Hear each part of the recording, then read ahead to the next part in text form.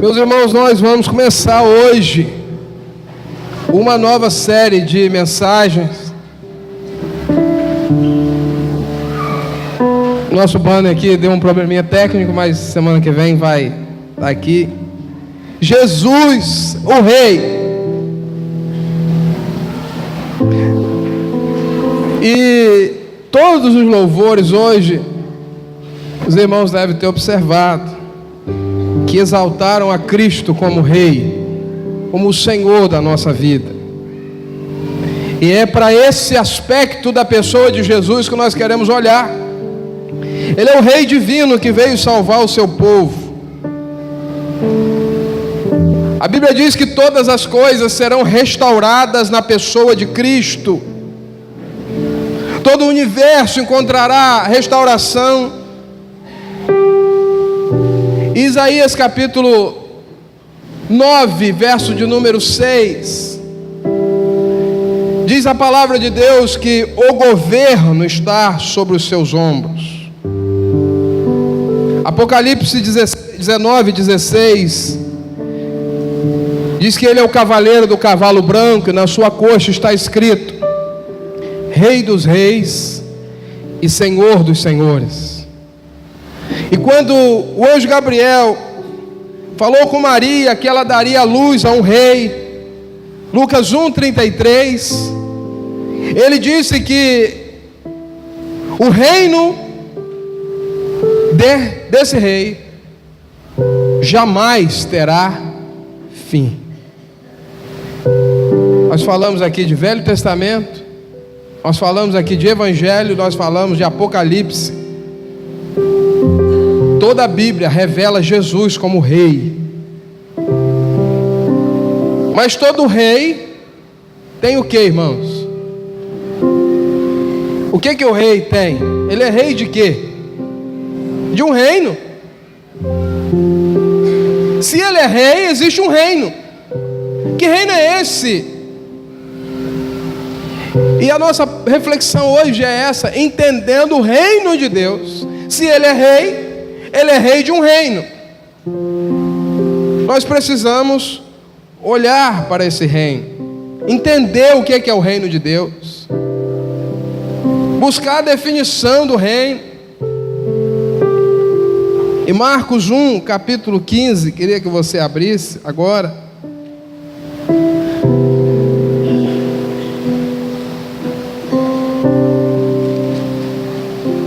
Logo no início do seu ministério na terra, nós temos essa palavra. O início da pregação de Jesus, ele disse: o tempo é chegado, ou o tempo está cumprido, e o reino de Deus está o quê, irmãos? Próximo. Arrependam-se e creia nas boas novas. Ou em outra versão diz assim: arrependei-vos e crede no Evangelho. Não nos resta nenhuma sombra de dúvidas que Jesus é o Rei. Mas a nossa reflexão hoje é sobre o reino de Deus.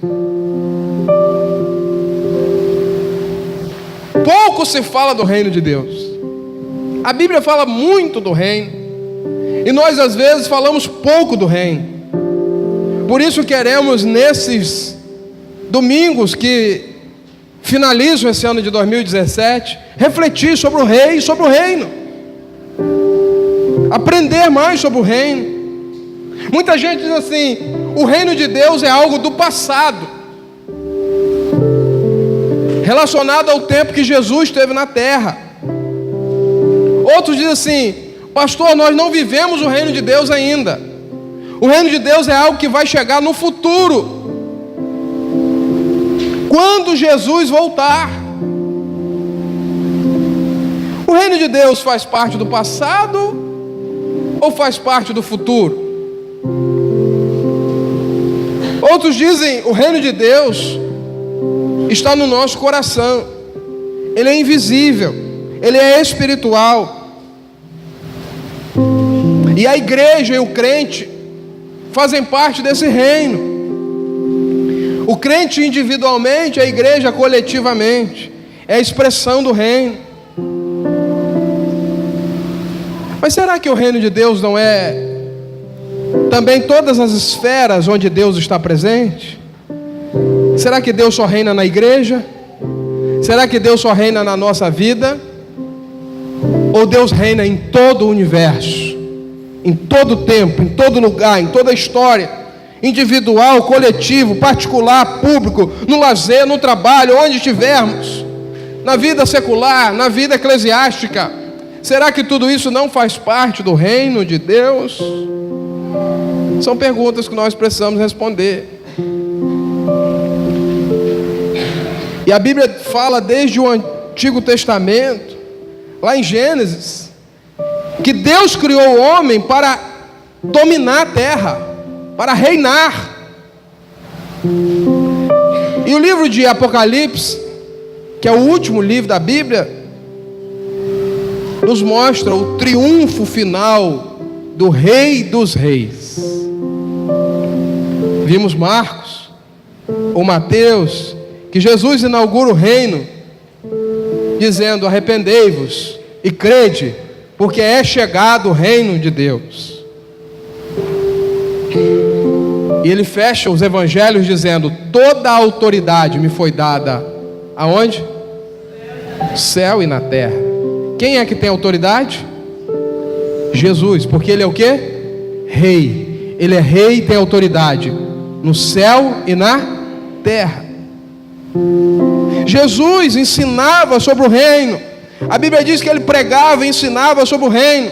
Os apóstolos prosseguiam nessa visão. Paulo, no livro de Atos, capítulo 28, o último livro, encerra dizendo que Paulo estava em Roma e Paulo pregava o reino de Deus. Jesus Cristo ensinou a orar dizendo: venha o teu reino.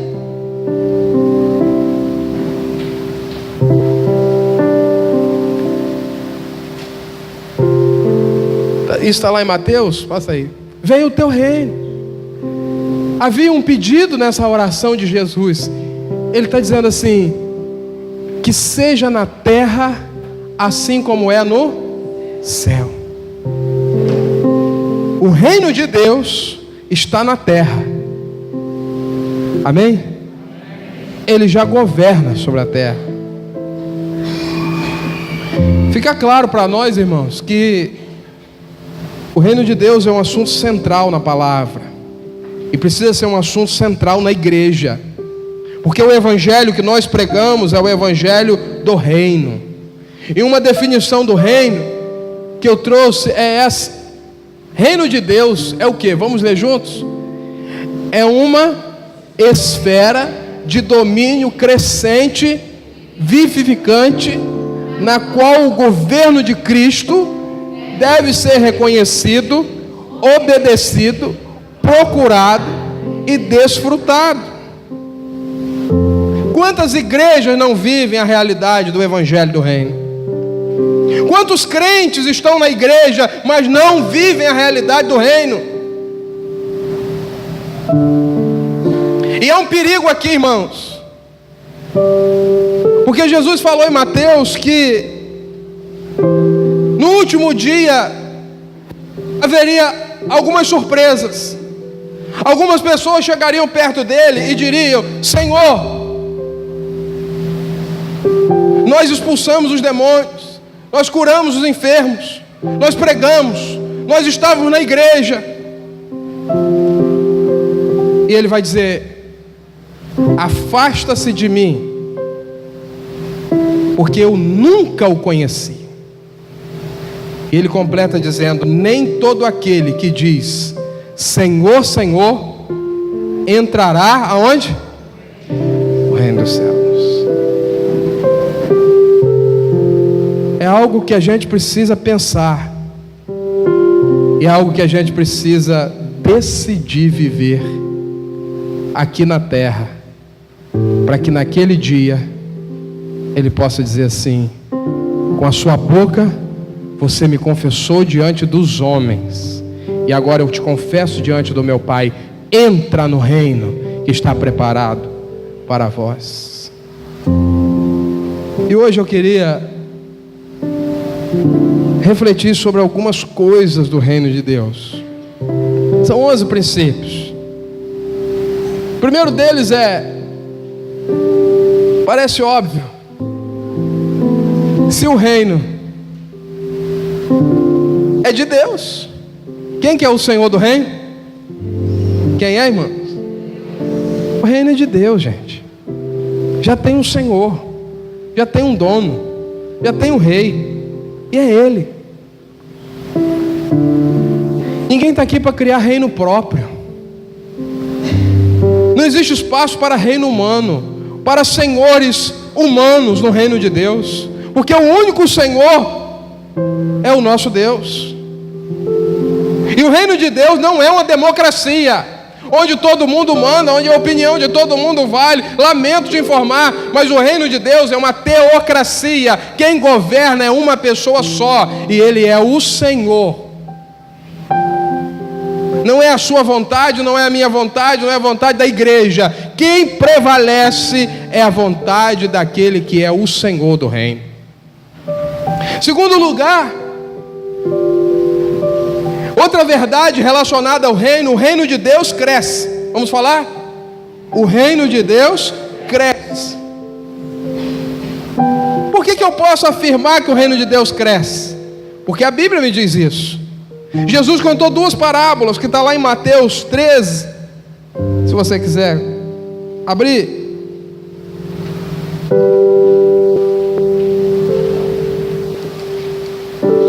Versículo 31, 32 e 33.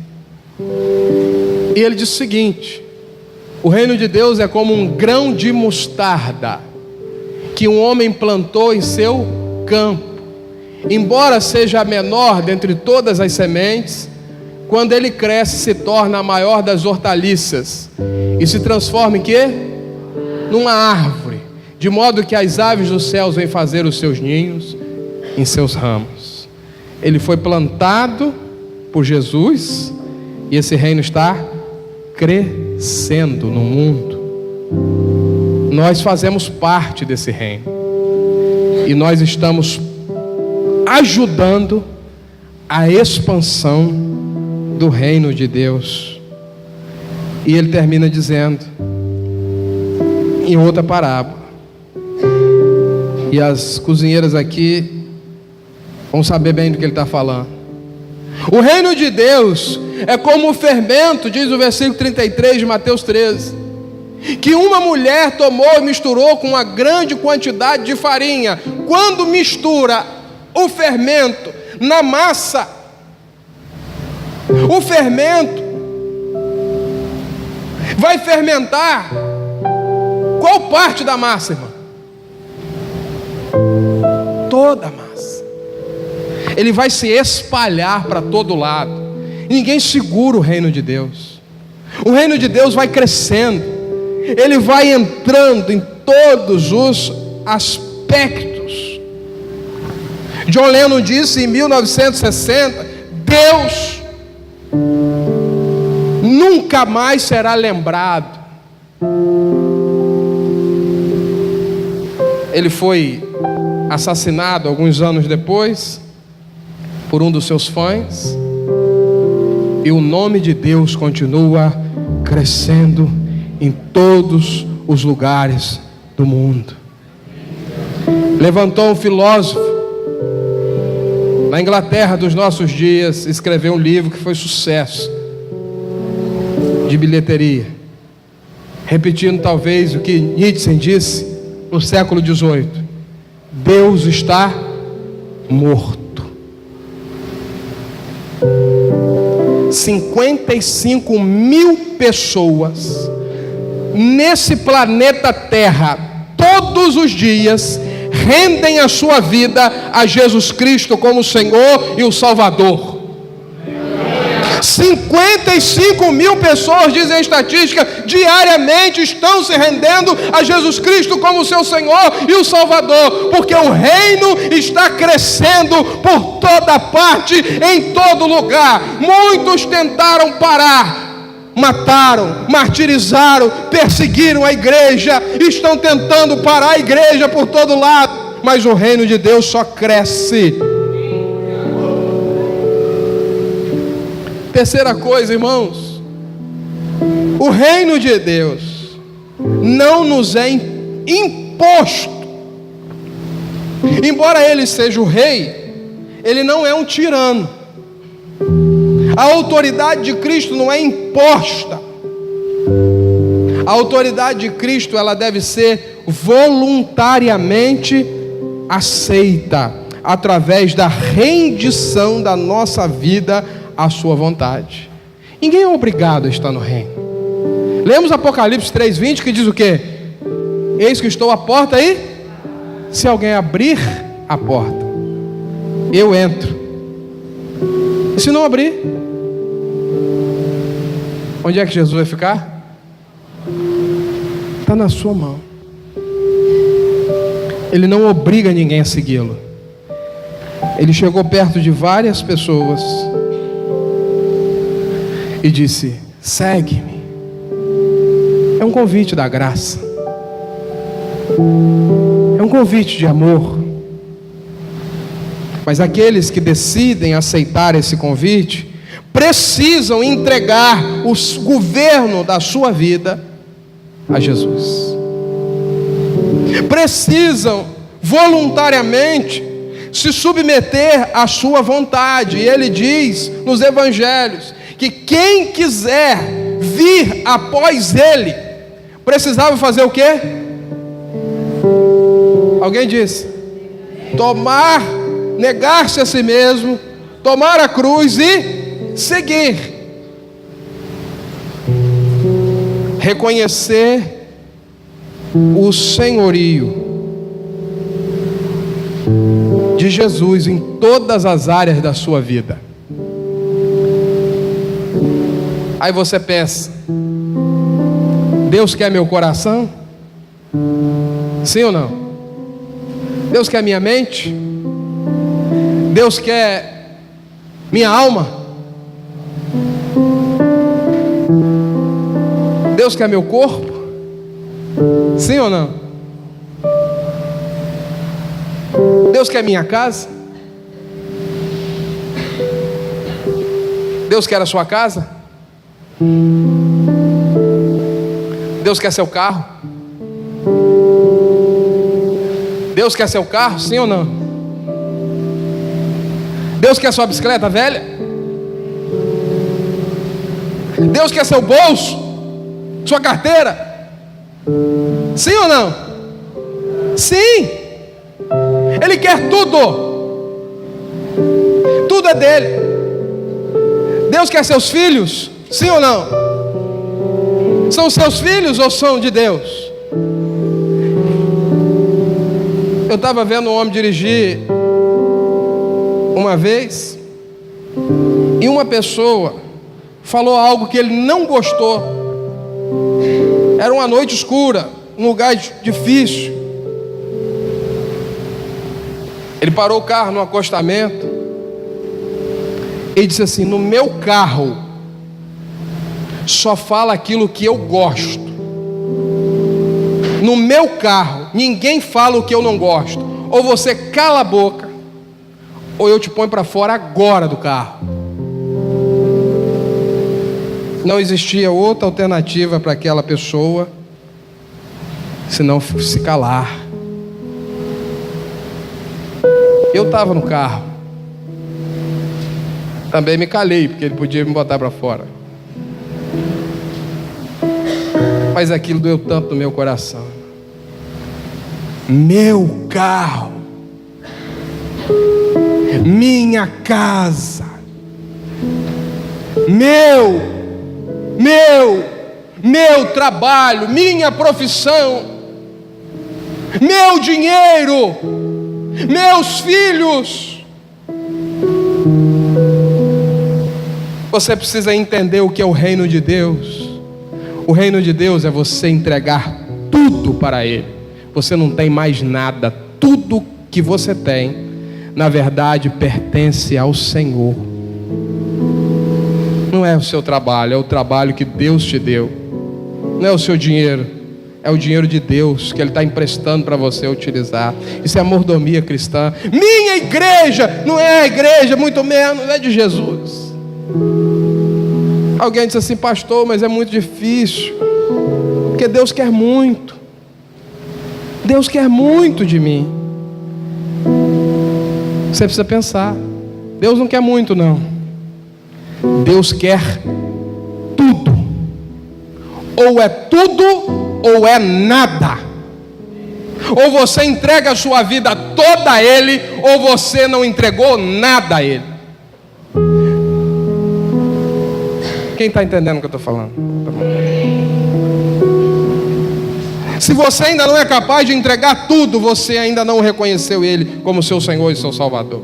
Entrega tudo, põe na mão dEle, e Ele vai cuidar de você e cuidar da sua vida. Marcos, ele falou em Marcos: quem faz a vontade de Deus, este é meu irmão, minha irmã e minha mãe.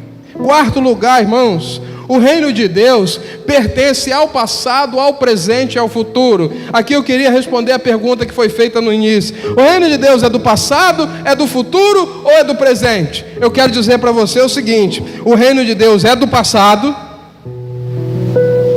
ele é do presente, ele é do futuro.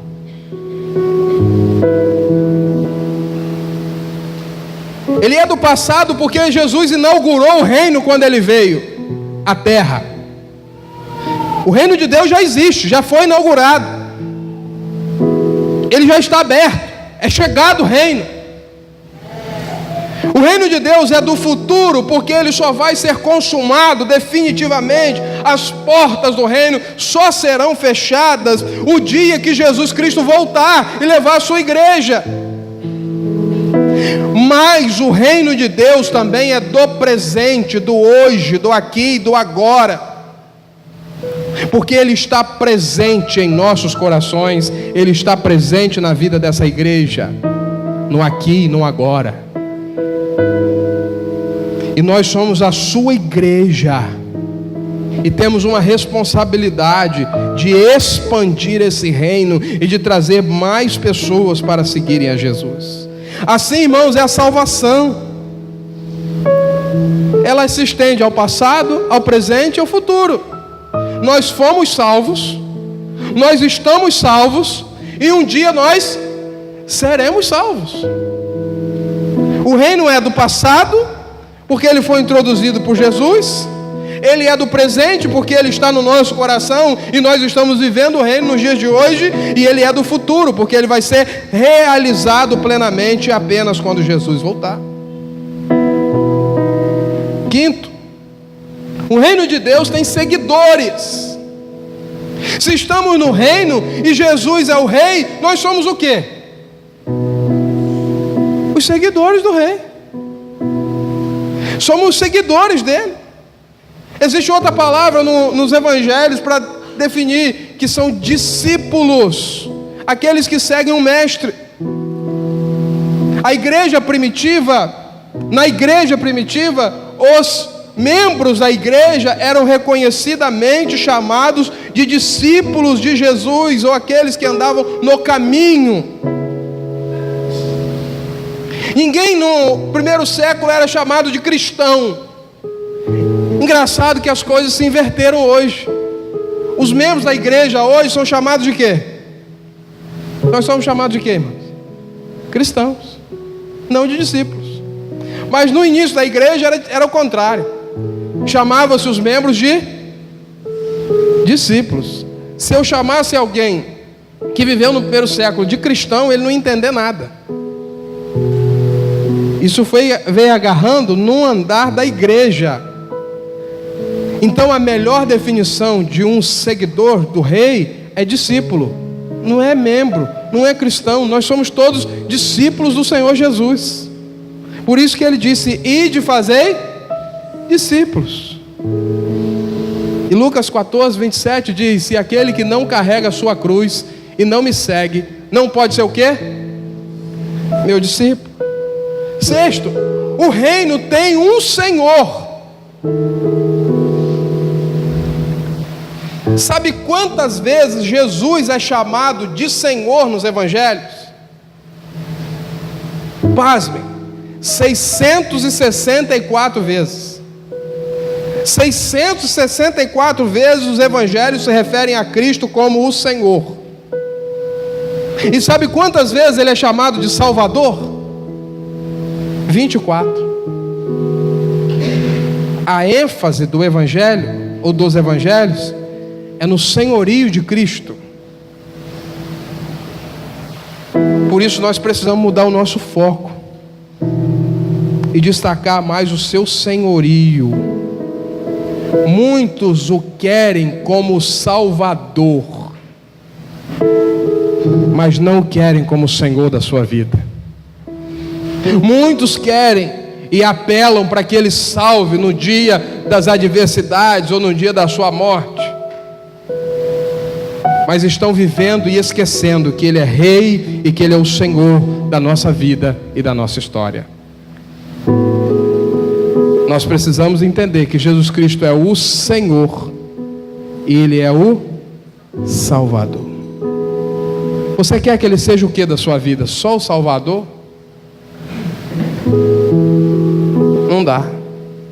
Para Ele ser seu Salvador, é preciso que Ele seja o seu Senhor. Ele é o meu Salvador, mas Ele também é o meu Senhor. Quantos podem dizer isso nessa noite? Jesus é o meu Salvador, mas Jesus é o Senhor da minha vida. Eu vi alguém dizer uma coisa interessante: viver sem Cristo é fácil. Tem muita gente vivendo sem Cristo. Tem muita gente que não quer nem saber de Cristo. Mas morrer sem Cristo vai ser difícil. Agora, viver com Cristo é fácil. Mas morrer com Cristo, que maravilha será quando o nosso nome for chamado, quando o Senhor nos levar para a sua glória.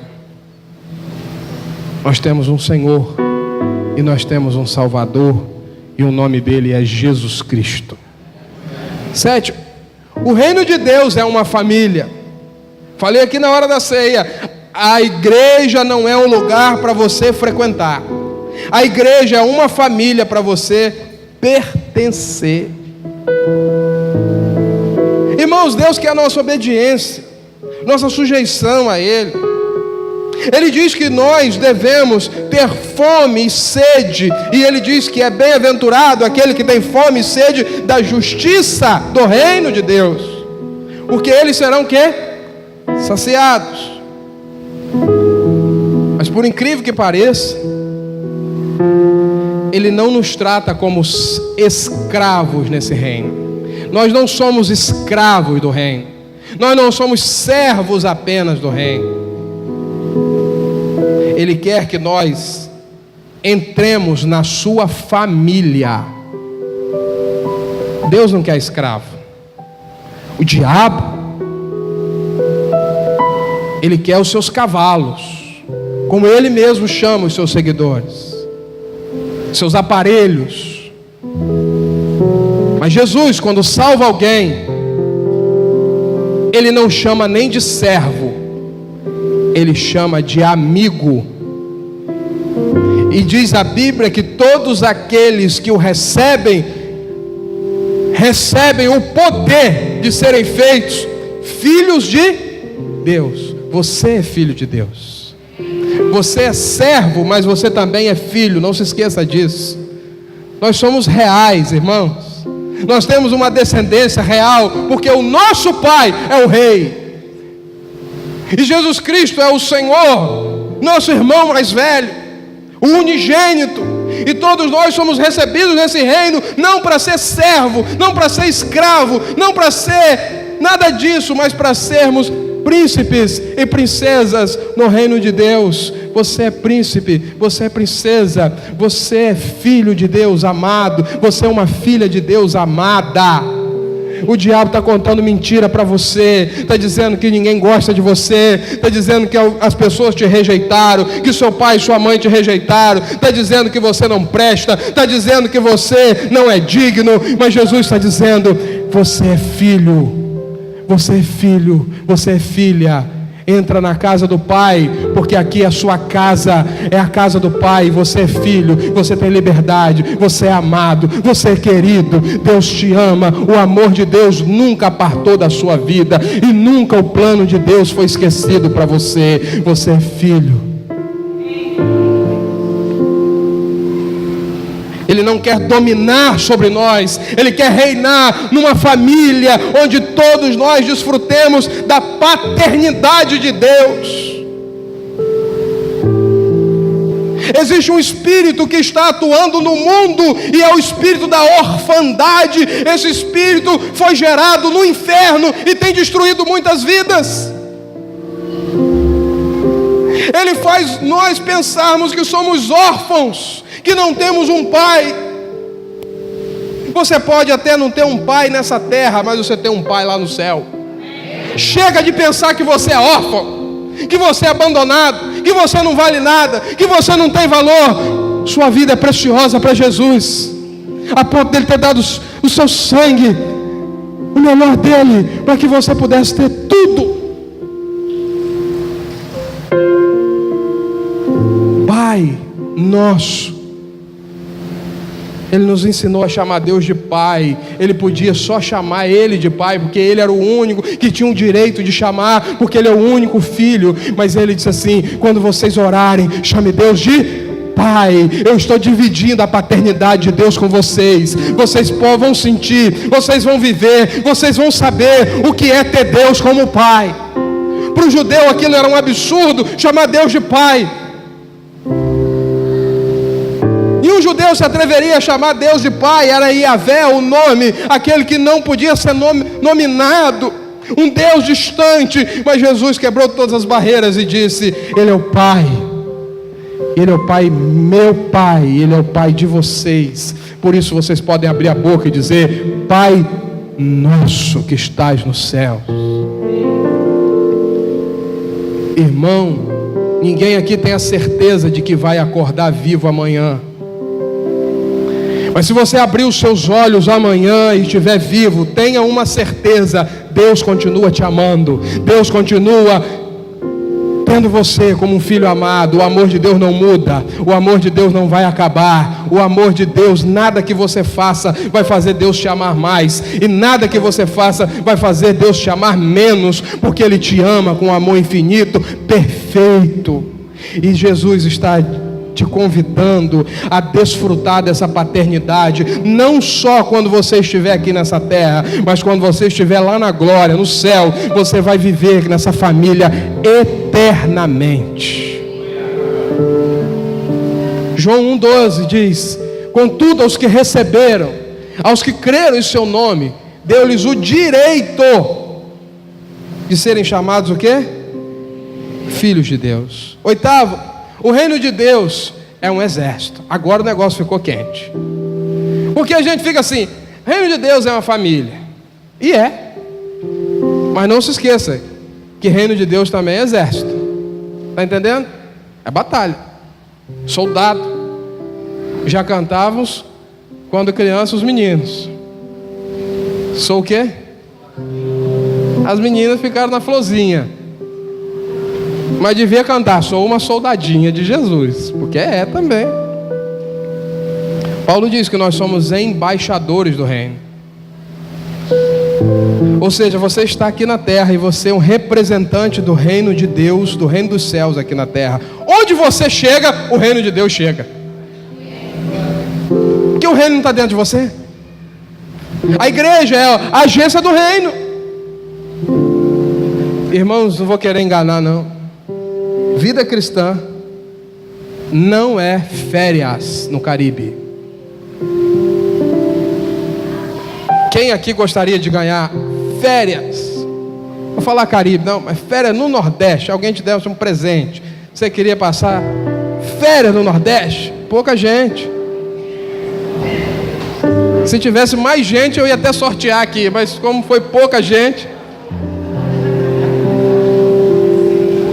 de vez em quando Deus nos dá a oportunidade de passarmos férias, dias bons. Mas não vou enganar você não, irmão. Vida cristã não é férias, não. Vida cristã é batalha, é renúncia, é guerra. É uma vida entregue ao serviço do Rei até a morte e até depois da morte. Nós somos bons soldados de Jesus, como disse o apóstolo Paulo. E ele mesmo preso, Paulo era um homem impressionante, mesmo preso ele disse o quê?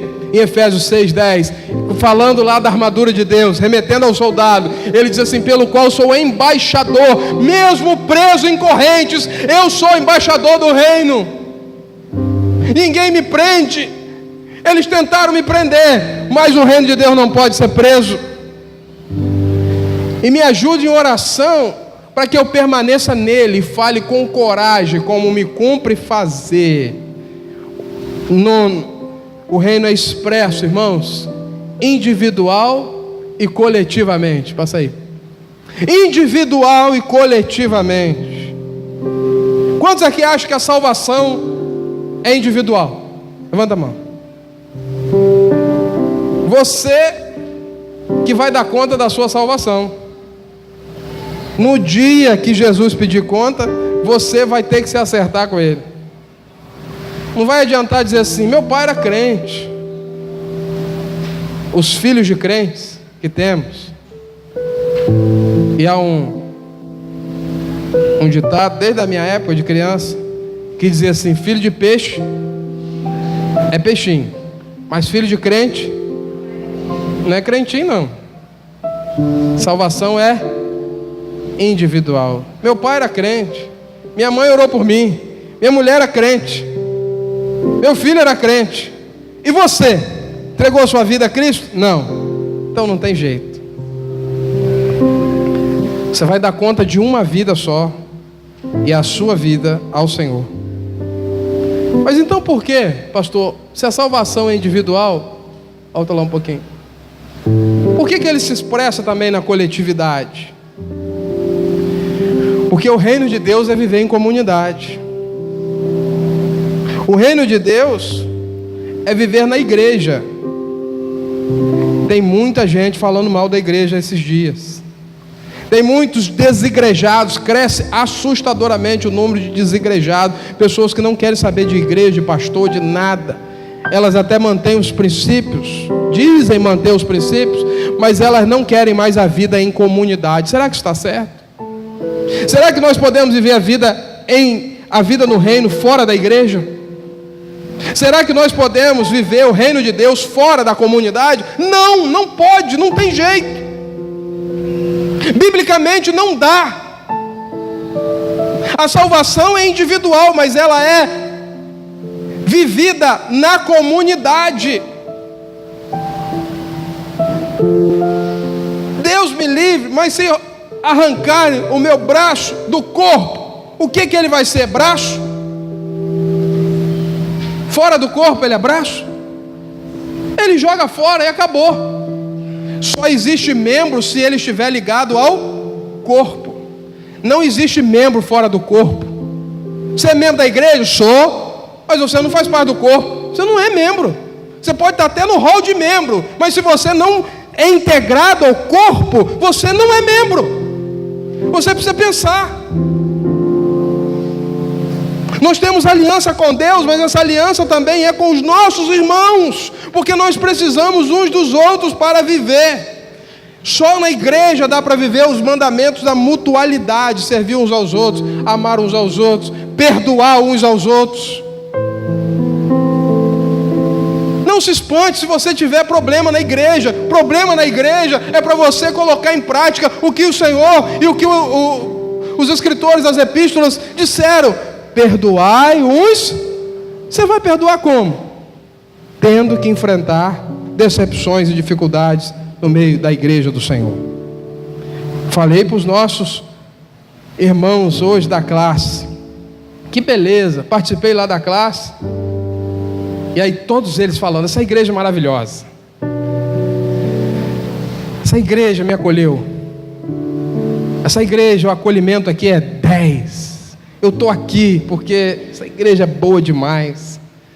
Aí o coração do pastor só foi fazendo assim, ó. Só enchendo.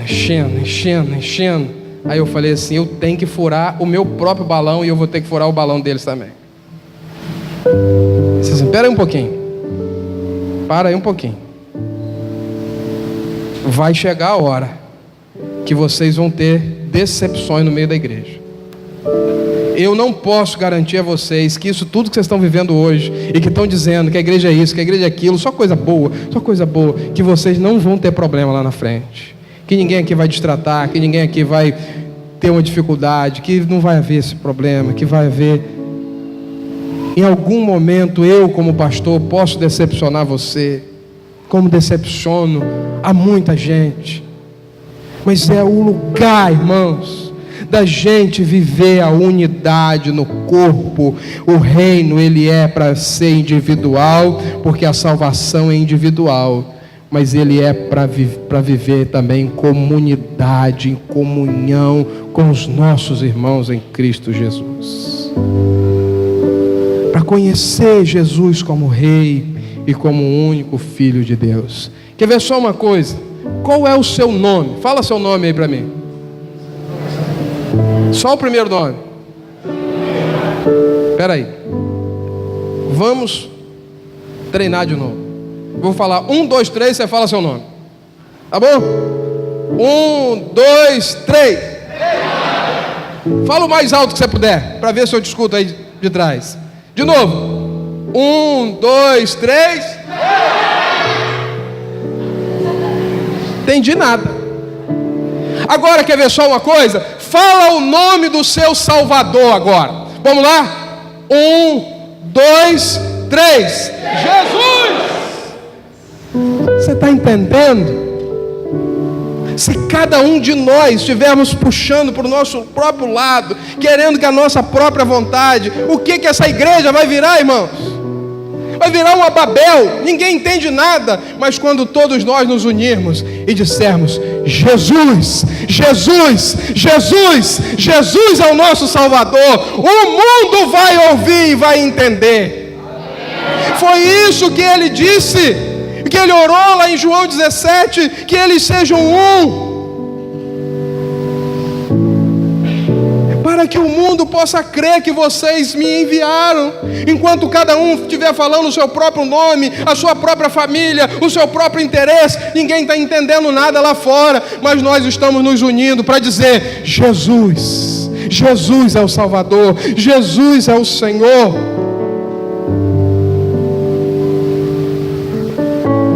Décimo, já caminhando para o final, o reino de Deus vai transformar o mundo. Amém? O mundo vai ser transformado. O reino de Deus é espiritual, ele está dentro do coração da gente, mas a expressão do reino é no mundo real, irmãos. É no mundo lá fora.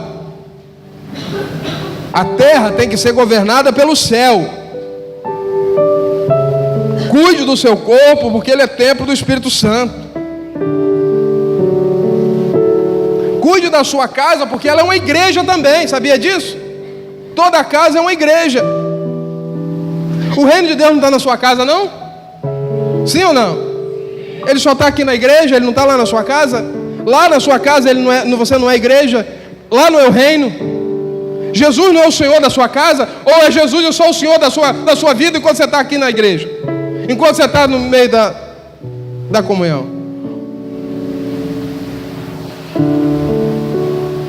Nosso local de trabalho é o nosso campo missionário. Jesus te colocou lá. Falei aqui domingo, as pessoas vêm e oram, no meu trabalho está muito difícil. Tem fofoca, tem palavrão, tem gente desonesta, tem gente que fala piada imoral. Ora para ver se Deus me dá um trabalho melhor, para ver se eu vou trabalhar só no meio de crente. Eu não oro, irmão. Primeiro que junta muito crente, dá fofoca. Estou falando alguma bobagem aqui? Junta muito crente, vai dar fofoca, não tem para onde correr. Então é bom que esteja lá uns doidões no seu trabalho, umas mulheres doidas, uns homens doidos, para você ser luz lá. É seu campo missionário. Vai ser igreja lá. Se eu acender uma luz aqui, uma vela aqui, o que vai resolver? Nada. E se eu for ali para o meio da escuridão acender uma vela, é uma coisa maravilhosa. Uma coisa maravilhosa, irmãos. Jesus Cristo disse que nós somos sal da terra e o quê? Luz do mundo. E o sal só vai ser sal se ele estiver lá no mundo. Se ele estiver aqui dentro, no meio de um monte de sal, ele não vai fazer diferença nenhuma. Você está lá no mundo, você vai salgar o mundo, aí você está fazendo a diferença. Você está no meio das trevas, você acende a luz, você é a luz de Jesus, aonde você estiver. Em último lugar, irmãos, o reino de Deus é espiritual, mas ele se revela no mundo físico. Ele está dentro do coração, mas a expressão dele é o céu governando a terra. Tudo que você faz para Deus. Tudo que você é dele. Irmãos, o rei quer que o seu reino cresça em nós e através de nós. Eu vou te falar uma coisa: para o reino de Deus crescer, não vai ser na suavidade. Como é que nós vamos fazer o reino de Deus crescer? Não vai ser fácil. Jesus não enganou ninguém. Ele disse desde os dias de João Batista. Acho que está aí, Mateus 11:12. Desde os dias de João Batista até agora, o reino dos céus é tomado o quê? A força. E os que usam de força se apoderam dele. Escuta uma coisa: reino de Deus não é para fraco, não é para medroso, tímido. Reino de Deus é para gente corajosa, cheia do poder de Deus e cheia do Espírito Santo. O reino só vai crescer quando você entender isso. É batalha, é luta. Nós temos que levar essa igreja para frente. Nós temos que ganhar vidas para Jesus. Nós temos que multiplicar as células. Nós temos que formar novos líderes. Nós temos que enviar missionário. E isso só vai ser feito com muito esforço. Os nossos sonhos não cabem no orçamento.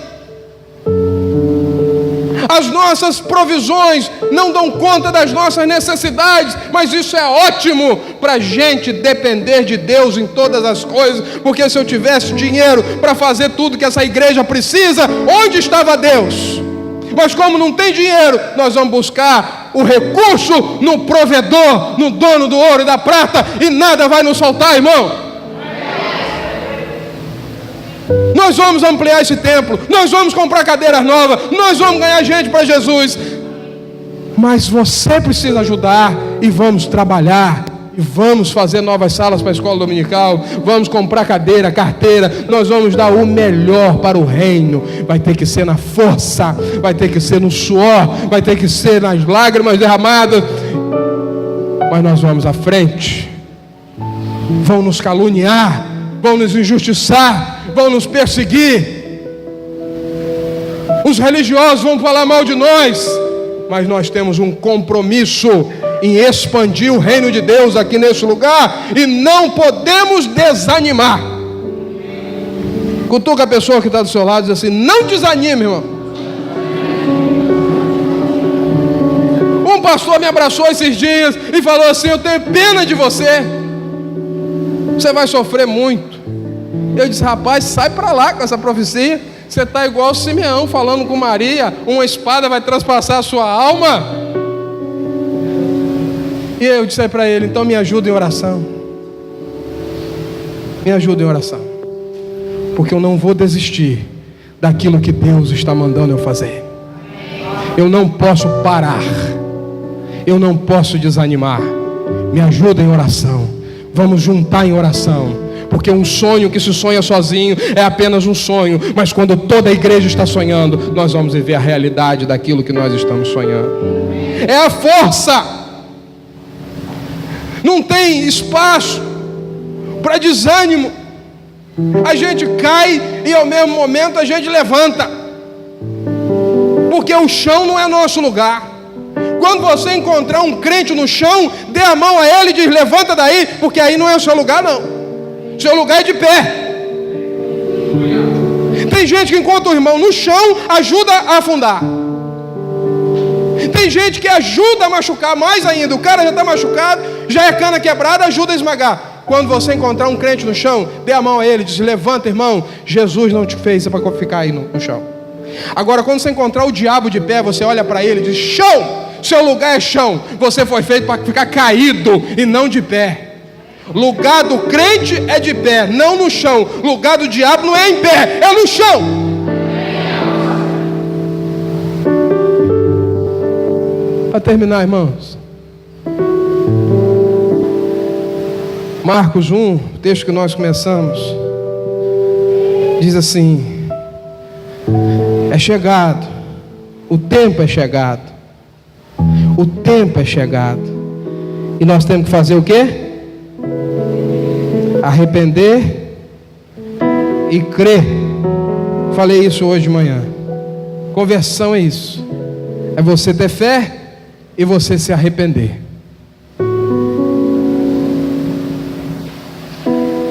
Para entrar no reino de Deus, só existe uma porta, e essa porta não passa de pé. Para entrar no reino de Deus, só existe uma porta, e ela não dá altura para você passar de pé. Você tenta entrar no reino de pé, mas a porta está aqui em você. E às vezes você percebe que ela está aqui, mais embaixo. Como é que eu passo por uma porta que é mais baixa que eu? Eu tenho que dobrar os meus joelhos, eu tenho que entrar ajoelhado. Você quer entrar no reino de pé? A porta não dá. Agora, o dia que você ajoelhar e dizer assim: Senhor, me perdoa, me restaura, não é a minha vontade, mas é a tua vontade, você vai dar conta de passar pela porta. Arrependei-vos e crede nas boas novas do Evangelho. Agora, irmãos, o arrependimento não é apenas para quem é novo convertido ou para quem está chegando na igreja. É a porta de entrada, nós vamos entrar por ela, ou já entramos por ela. Mas é uma porta que de vez em quando a gente precisa voltar e passar por ela novamente. Sabe por quê? Porque por muitas vezes na nossa vida, nós pisamos fora do reino. Nós fazemos coisas fora dos propósitos de Deus. Às vezes já estamos na igreja há muito tempo, já nos convertemos há muito tempo, mas corremos o risco de pisar fora dos seus propósitos. Por isso você precisa do quebrantamento.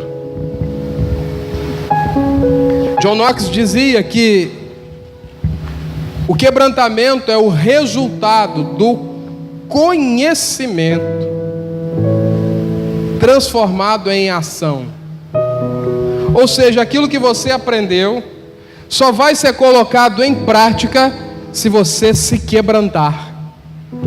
Nós sabemos muita coisa, nós entendemos muita coisa, nós ouvimos muita coisa, mas aquilo só se tornará prática na sua vida. E eu tenho dito aqui que o que muda a nossa vida não é o que a gente ouve, é o que a gente faz.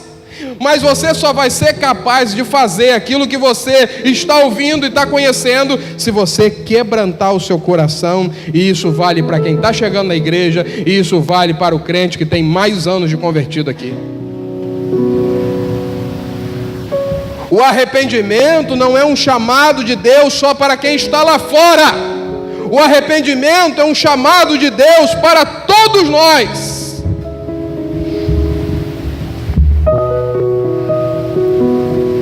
E o apóstolo Paulo diz em 1 Coríntios 4:20 que o reino de Deus não consiste em palavras, não é blá blá blá. O reino de Deus é poder. E só o poder de Deus quebranta o nosso coração e nos faz pessoas melhores. O poder da transformação, da mudança de vida, para que nós, irmãos, não caiamos na cilada da hipocrisia, para que nós não caiamos na cilada da aparência de piedade. Você parece que você é crente, parece que você é piedoso, parece, é só uma capa. E Jesus fala que é sepulcro caiado, por fora é bonito, mas por dentro está cheio de sujeira. E a música popular já disse, é por fora bela viola, mas por dentro um bolorento. Há um risco para nós crentes vivermos uma vida de aparência, usarmos máscara, aparentarmos ser uma coisa que lá no fundo do coração nós não somos. Por isso precisa de arrependimento todo dia, mudança de vida todo dia, quebrantamento todo dia. Paulo alertou Timóteo, 2 Timóteo 3, versículo 5, tendo aparência de piedade, mas negando o quê? Seu poder. Afasta desse. Deus nos livre, irmãos, da aparência de crentes, se no nosso coração de fato não estiver rendido totalmente a Jesus. Ser crente da boca para fora impressiona aos homens, mas não impressiona a Deus. Ele condenou, e ele disse a Laodiceia: você está dizendo que você é rica, que você não tem falta de nada, mas sabe o que você é na verdade? E aí ele vai no coração, na alma, ele diz: você é pobre, você é cega, você é miserável, e você está nua. Mas você está dizendo no seu coração que você não precisa de nada, mas Deus está vendo o nosso coração. Arrependimento não é só para quem é novo convertido ou para quem não é convertido. Arrependimento é um exercício que a gente tem que fazer todo dia. Há uma igreja na América Central que o pastor, na hora de fazer o apelo, precisa explicar: quem hoje gostaria de entregar a sua vida a Jesus pela primeira vez? Aí vem os novos convertidos.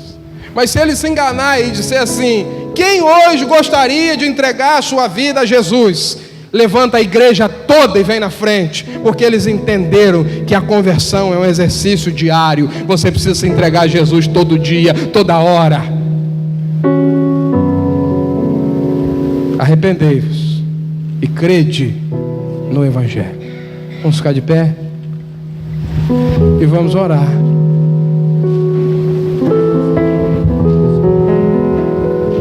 Arrepender e crer é o que Cristo tem para nós. Queria que você fechasse seus olhos, que você colocasse a mão sobre o seu coração